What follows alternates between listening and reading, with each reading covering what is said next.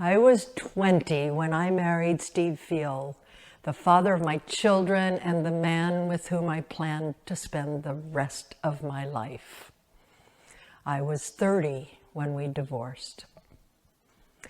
The divorce felt like a death, and my mourning process went on for several years. What I mostly feel today is gratitude for what Steve gave me and also for what he didn't give me.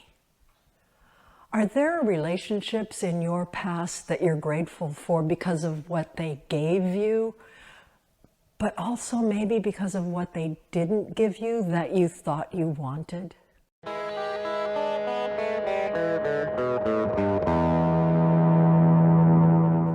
Hi, I'm Marlena Fiol with Becoming Who We Truly Are, a YouTube channel that deepens our understanding of who we are and who we can become.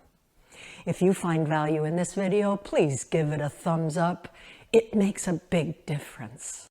After my divorce from Steve, I felt completely lost. I was afraid because I was stepping out of the safest space that I had ever known. And I was deeply lonely because most of our friends sided with Steve and they judged me quite harshly. I was a broken, suicidal heap on the floor. April 14 was National Ex-Spouse Day. If you Google ex-spouse, you'll find lots of advice, mostly on things like how to collect Social Security and other survivor benefits from your ex, or maybe advice about how to navigate the challenging relationships with your ex and his or her new family. Instead, I want to talk today about gratitude that I feel for my ex-spouse. Gratitude for the 10-year safe haven Steve provided for the wounded child that I was when we married. Gratitude for our 2 amazing children. Gratitude for being the steady rock that I so desperately needed during that season in my life.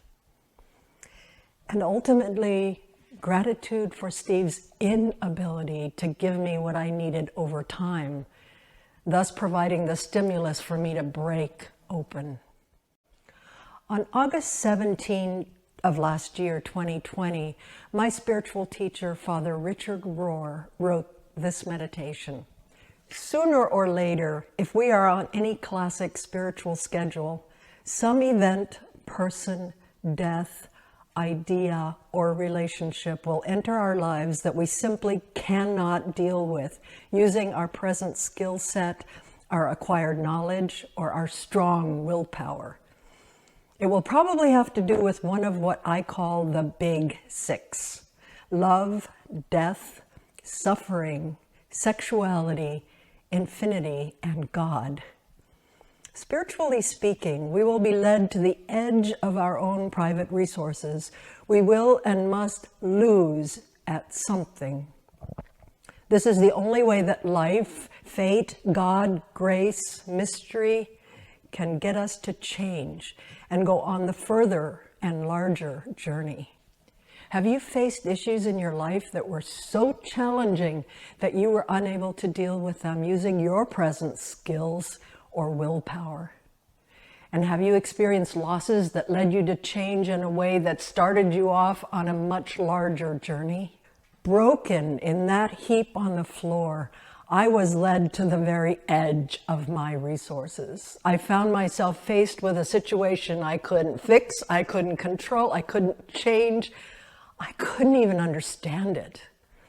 And according to Father Richard, that's the kind of brokenness needed for any real spiritual growth to occur. Of course, I didn't know that at the time. Today, 40 years after our divorce, I honor Steve Fiol and our 10-year marriage for all that it provided as growth material. I'm grateful to Steve for what he taught me about myself. I'm grateful for what he was able to give me during our marriage. And maybe most important, I'm grateful for what in the end he was incapable of giving. If you found value in this program, please do give it a thumbs up or click the subscribe button on your screen. It really does matter. Also, please post any comments or questions you might have for me. I'll respond promptly each day.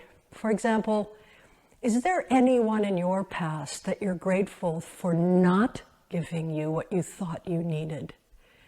How is your life possibly better today because of what that person didn't give you?